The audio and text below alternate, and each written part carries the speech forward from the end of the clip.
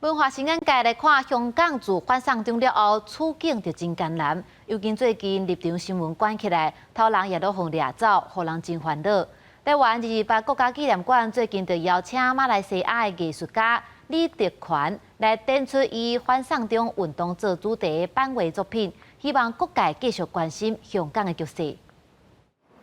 版画呈现警察举棍仔拍人，抗击的民众举雨伞抵抗等等。马来西亚的艺术家李德权将进前到香港看到的反送中运动新闻报道，用版画创作，毛作品引入家己在香港国安法通过以后，被迫取消工课心情。那另外有一种呈现方式，就是他没有办法展出他的作品，所以他只好用相同数量的白纸。 这些白纸除了像是有一种被晋升的概念之外，也是一种白色，其实也是一种无声的抗议。官方表示，白色嘛象征台湾过去发生的228白色恐怖的事件。作者将自身的观察用版画记录创作，嘛特别甲进前大学生支持反送中的连农墙复原保留落来。 其实，反送中的事件已经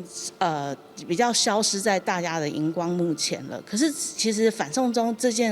这个运动，或者是香港人权遭到迫害这件事实，其实到现在目前为止都还是现在进行式。 官方希望透过香港议题，搁再引发大家对人权的关注，嘛加做台湾的一面镜，互大家知影讲维护人权，无人会当激呱呱。